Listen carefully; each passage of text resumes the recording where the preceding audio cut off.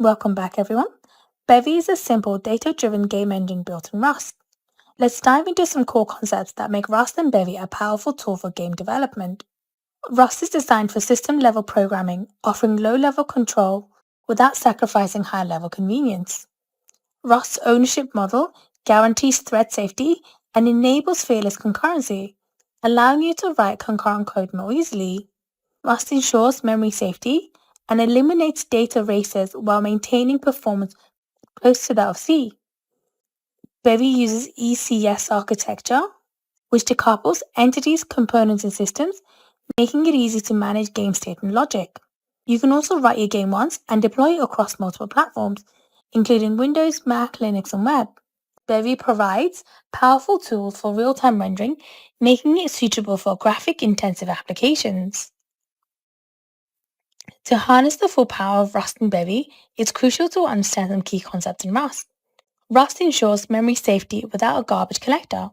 Each value has a single owner, and when the owner goes out of scope, the value is dropped. It allows references to data without taking ownership. Lifetimes prevent dangling references, ensuring data is safely accessed. A powerful feature with match statement for handling different cases makes the code more expressive and robust. Bevy employs the Entity Component System architecture, a design pattern commonly used in game development to manage entities and their components. Entity is a unique identifier for an object in the game. Think of them as game objects. Components are data containers for specific attributes of entities, such as position, velocity, or health. Logic processes that operate on entities with specific components, driving the behavior and interaction in your game. This separation of data and behavior allows for a flexible and efficient game design. So let's go over some basic syntaxes that you use frequently in your game development with Bevy. MUT makes a variable mutable. By default, variables are immutable in Rust. FN defines functions. Functions can have parameters and return values. Struct creates custom data types. Structs are used to bundle related data together. Enum define a type by enumerating its possible values. Enums are used for types that can be one of several variants. Rust has 4 primary scalar types: integer, floating point numbers, booleans, and characters. Here are some examples that can help you understand the basic data types, as you will need to manage and manipulate data effectively in your Rust programs. Welcome back, everyone. In this lesson, let's go ahead and set up our Bevy project. Before we start, you must ensure that you have Rust installed. If not, you can always get it from the official web page. So opening the terminal in the directory where we want to create our game, we utilize the command cargo new my Bevy game and navigate inside this folder. Let's go ahead and open this in our text editor, which is Visual Studio Code in my case. Here we can see that our project has been created with a source directory containing a main.rs file. And in here, there's only one function, which is the print line hello world.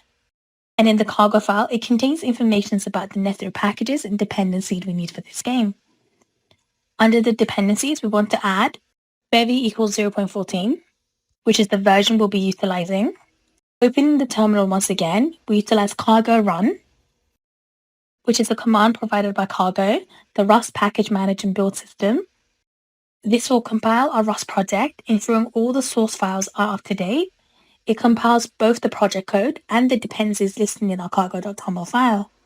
As this is the first time running, it will need to fetch all the dependencies, so this might take a while. But once it has finished, we can see that it has printed the line hello world. Welcome back, everyone. In this lesson, we'll be focusing on the project structure, which is created in the way that it modularizes the code for better organization, maintainability, and scalability. We'll be organizing so then it's easy to follow the ECS architecture we previously mentioned. So the first file we want to create is components.rs. This will define all the ECS components used in the game, like player, ball, and paddle. Centralizing these components ensures a single place to manage all the data type attached to entities, making it easier to track and modify. Next, we want to contain a systems directory. This will contain all the individual models for different systems in the game. Each module handles a specific aspect of the game logic, ensuring separation of concerns. First, we create the mod.rs file, which is the module file that re-exports all the system. This allows easy import of all systems in main.rs just by referencing the system module. Next, we create the board.rs, which contains systems related to the board's behavior, like spawning, movement, and scoring detection. We then want to create a paddle.rs, which will manage the system for the paddle behavior, including the input from player 1 and player 2. Then we create the scoreboard.rs, which handles systems related to the scoreboard, such as updating and displaying scores. Next, we want to have a collision.rs, which contains the collision system and logic to handle the interactions between the ball and paddle. Next, within the source directory, we create a bundles.rs. This defines the entity bundles, which are collections of components that are frequently used together. For example, a ball bundle might include ball, position. We'll delve deeper into this once we start coding. Using these bundles helps streamline entity creation, ensuring that all the required components are included. And lastly, we have the constants.rs, which contain the constant values used throughout the game, like speed, dimension, and other configurations we might need. Just having it centralized here ensures that the changes to these values are easy to manage and propagate throughout the code base. This overall project structure just allows us to break down the code into modules based on the functionality. And by separating component systems and bundles, it just means each file has a clear responsibility and helps manage complexity and reduces the likelihood of errors. This will be really useful as the game grows in complexity and new features and systems can be added without disrupting the existing code that much. Welcome back, everyone. Now that we've created our project structure and laid the foundation, let's start coding by defining our components. We begin by making the necessary imports with use bevy, prelude, exclamation mark. This imports all the common bevy types and functions. Next, we import use bevy, math, vec2. This imports the vec2 type from the bevy's math module. Vec2 is a vector type with two components, x and y, which is used commonly for 2D coordinates.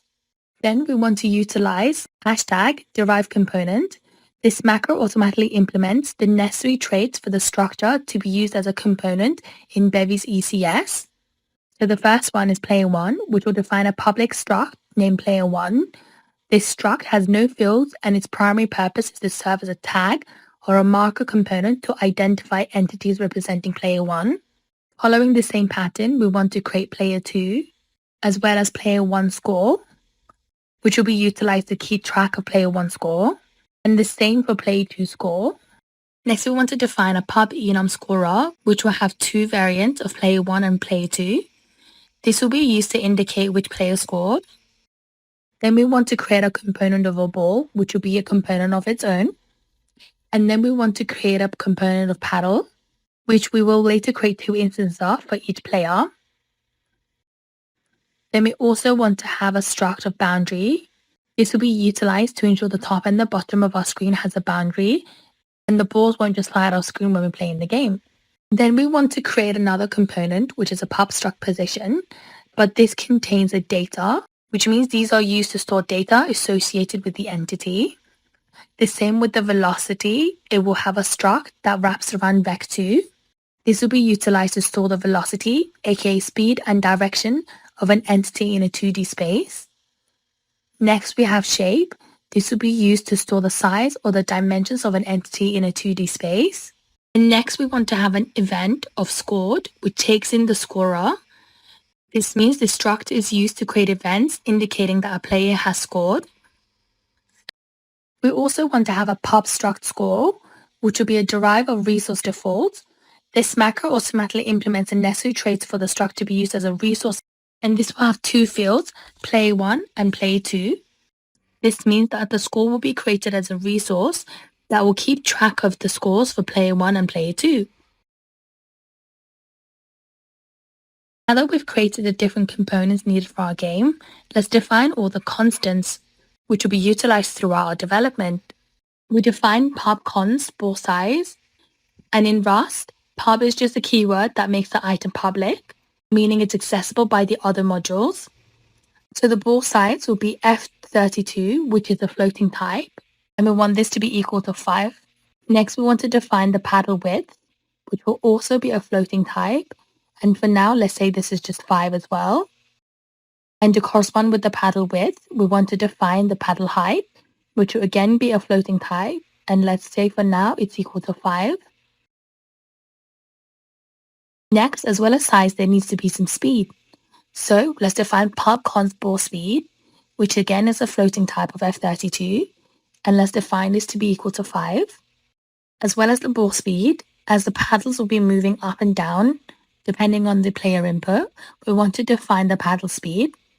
And once again, this is a floating type. And for now, let's define this to be 5 as well.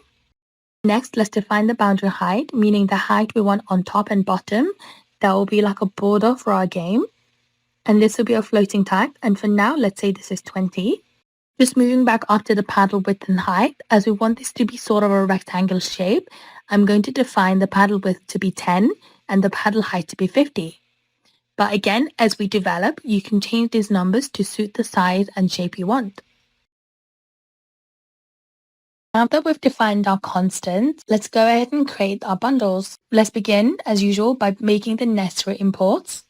First, it's use Bevy preludes, then use Bevy math, which will import vector2, and use create component that will import everything in the components module we defined, as well as use create constants that imports everything we defined in our constants module.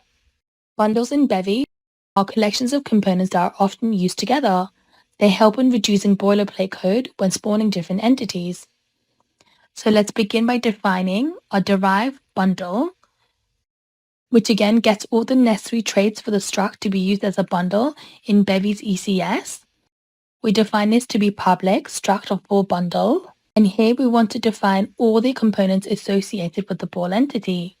This will be a public ball, as well as pub shape, which will take in the shape component, which is used to define the size of the ball. Then we have pub velocity, which will represent the ball's velocity. And lastly, pub position, which represents the position in 2D space, and this will be utilized to track the ball as it moves around the window. Now that we've defined the structure, we want to define the implementation of the bundle. By stating IMPL ball bundle, this implements the method for the ball bundle structure. We define it to be a public function, and in the constructor, we create a new ball bundle, and when it's new, we want the x coordinate to be a floating type of F32 and a y coordinate of F32 as well. So when a ball is created, we want the ball to be the ball component and the shape to be the shape component, which would be a vector2, and this takes in the ball size as the x coordinate, as the x value, as well as the y value. This means that when we create a circle, this will be symmetrical. And we also create the velocity. This will be the velocity component that also takes in a vec2, that will also take in a specified velocity of x and y. And lastly, the position will also be a vec2, but it begins at the position of 0, 0. Next, let's create the paddle bundle. We begin with the derived bundle again, and we define the public structure to be paddle bundle. Initially, this will take in our paddle of pub paddle colon paddle. We want it to have a shape, which will be defined by pub shape, as well as the position, and a velocity as the paddle will be moving up and down. Next, let's create the implementation of this paddle bundle. This will be a public constructor function to create a new paddle bundle, which takes in the component of the paddle and has the shape of a vec2, meaning a 2D component that takes in the paddle width and paddle height. Next, it will have a position, which will be a 2D vector again, defined by the x and y components. And lastly, the velocity will be a vec2 component and it initialized with 0, 0, as it will be static at the initial load. Next, let's define a boundary bundle. This bundle will take in all the components typically associated with the boundary entity, meaning in our case, this will take pub boundary, which will be the boundary component itself. We also want this to have a shape, so this will have pub shape, as well as the position of pub position. And different to the others, this will not have a velocity, as this will be a static shape at the top and bottom of our screen that kind of creates a boundary for our window where the game will be within. Next, let's create the implementation of the boundary bundle. Same as before, this will be a public constructor function that will take in the parameter of x, y, and width, which will all be f32, meaning a floating type number. And this will have the boundary components to begin with, as well as the shape, which will be a vector that takes in the width we pass and the boundary height as a static. Here we're passing the width as a parameter rather than using a static figure, as the size of the window may vary depending on what screen you have. And lastly, this will take in a position, which will be again 2D vector that takes in the x and y components that will pass through. Welcome back, everyone. Let's get started by opening the camera.rs file. Here, we begin by importing Bevy's prelude once again. Then we want to have a public function called spawn camera, which takes in a mutable commands parameter. Commands is a Bevy resource that allows you to create, modify, or delete entities and their components. We state commands.spawn camera 2D bundle :default, meaning this will spawn a new entity of the default 2D camera, which will include the camera component and a transform component that positions the camera. So what does the camera mean in Bevy? Well, in Bevy, cameras are entities that have one or more components defining their properties, and they allow us to render the view, meaning camera determines what part of the game world is visible to the screen. The transform component of the camera defines its position and orientation in the game world. Bevy supports multiple cameras, each potentially rendering different parts of the game world or used for different purposes, like split screen or multiplayer. Heading over to the main.function, let's create some necessary updates to initialize our app. As usual, we begin by making the necessary imports, removing the print line statement as we want to modify this with initializing our app. We do app.:new to create a new instance of the app. And for this, we want to add a plugin, which will be the default plugin. These are a set of plugins that provide essential functionalities required for a typical game. This includes window creation, event handling, input management, and rendering. Next, we want to add systems, and we want to say this will be a startup. System will be modified at the start of the game, and we want to spawn the camera in the beginning. Here, I'm just importing systems to make sure I have access to the systems module. Next, we have to modify the mods.rs functionality. So first, we define pub mod ball. This means this will be a public module of ball. And we do the same for pub mod paddle and pub mod camera. Then we use pub use for the components, meaning this is used to re-export the items for the module, making them accessible from outside the current component. Heading back over to the main.rs functionality, I'm just putting the spawn camera within brackets, as this is needed for us to spawn different components later on. And lastly, we do .run to start running the app. Once we run cargo run, we can see that a new window has loaded. Welcome back, everyone. Now that we can see our window, let's modify this so it's more personal to our usage. Heading over to the windows.rs file, we begin by making the necessary imports again of use Bevy prelude. Then we want to create a function, which will be a public function called create window, which will return a window plugin. And inside here, we want to create a new instance of the window plugin that takes in the primary window, which will be some window, meaning this allows us to set up the primary window with custom setting. And inside this, we want to have a title, my Pong game, and to string it so we can see it in the window title, and do .default, which fills in the rest of the window properties with the default value. And then we do .default once again, which will fill in the rest of the window plugin property with the default values.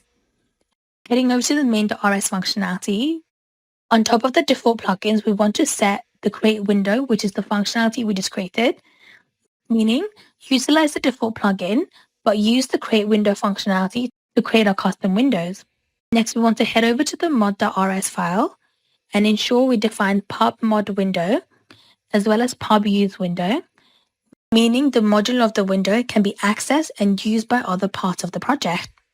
When we use the command cargo run again, we can see the window loads, and now it's titled My Pong Game. Now let's go ahead and make some further changes to our window. I want to create a dotted line in the middle to represent the net, which you might see in the physical world. So let's go ahead and define this public function and call it spawn dotted line. This takes in a mutable commands parameter. Once again, command is a resource that allows us to create or modify different entities. Inside here, we want to create the dots with let.color to be equal to the color sRGB 111, meaning define each color of the dot as white. Then we define let.size to be a vector 3 of 5, 21. This defines each size of the dot with width, height, and depth. Next, we want to define the gap size, and we want this to be 10. Lastly, we want to define the number of dots. For these calculations, we want to define the window height, which we go ahead and do in the constants file. Here, we want to state pub_const window height to a floating type, and this is equal to 600. And within the windows.rs, we want the number of dots to be relevant to the window height. We make sure to import the constants module as we'll be utilizing it here. To define the number of dots, we state that this will be the window height divided by the dot size and the gap size. This ensures that the number of dots created will fill the window height completely. So to spawn the dots, we utilize a for loop for I in 0, 0, ... num dots, meaning iterate from 0 to the number of dots. And in each iteration, we want to command.spawn sprite bundle, which will take in sprite defined by the color, and .default to use the default values for the other values. Then we want to say transform and define the transform component with the specified translation and scale. And in the translation, we say this to be a vec3, which will be 0, 0, and I as f32 times by the dot size plus the gap size minus the window height divided by 2. This means this calculates the Y position for each dot, evenly spacing them vertically and positioning them in the center of the window. Next, we say scale.size that just sets the size of the dot to dot size, and .default here to use the default value for transform, as well as another .default to use the default values for the properties of sprite bundle. I'm just ensuring here that the necessary commas and syntaxes are correct. And once this is complete, we want to add this to our main functionality. At the startup of our game, we want to spawn the dotted line as well as the camera. And before I run it, I'm just ensuring that I'm importing in the module of constants. And once we utilize the command cargo run, we can see now that our window loads with a dotted line at the center of it. In the next lesson, as a small challenge, you can modify the size and shape of the dots. Welcome back, everyone. To test our knowledge, let's go ahead and modify the dotted lines to ensure we understand how different entities are being spawned. So we begin within the windows.rs file. Let's begin by changing the color. So looking at the variable .color, and here instead of white, let's modify the second component to be 0. And let's play around with the gap size. So rather than 10, we want this to be 20, meaning we want it to be a little bit more spaced out. And in the dot size, let's change both the X and Y components so it's a little bit smaller. So when we run cargo run once again, we can see the changes have been made. Color is now more pink, and the gaps are bigger and the lines are thinner. From this, you can see why it's necessary to have clearly defined variables and different components. And if we need to make any specific changes in the future, it's easy to modify one component. I'm just going ahead and reverting it back to the white as that's just more cleaner on the screen.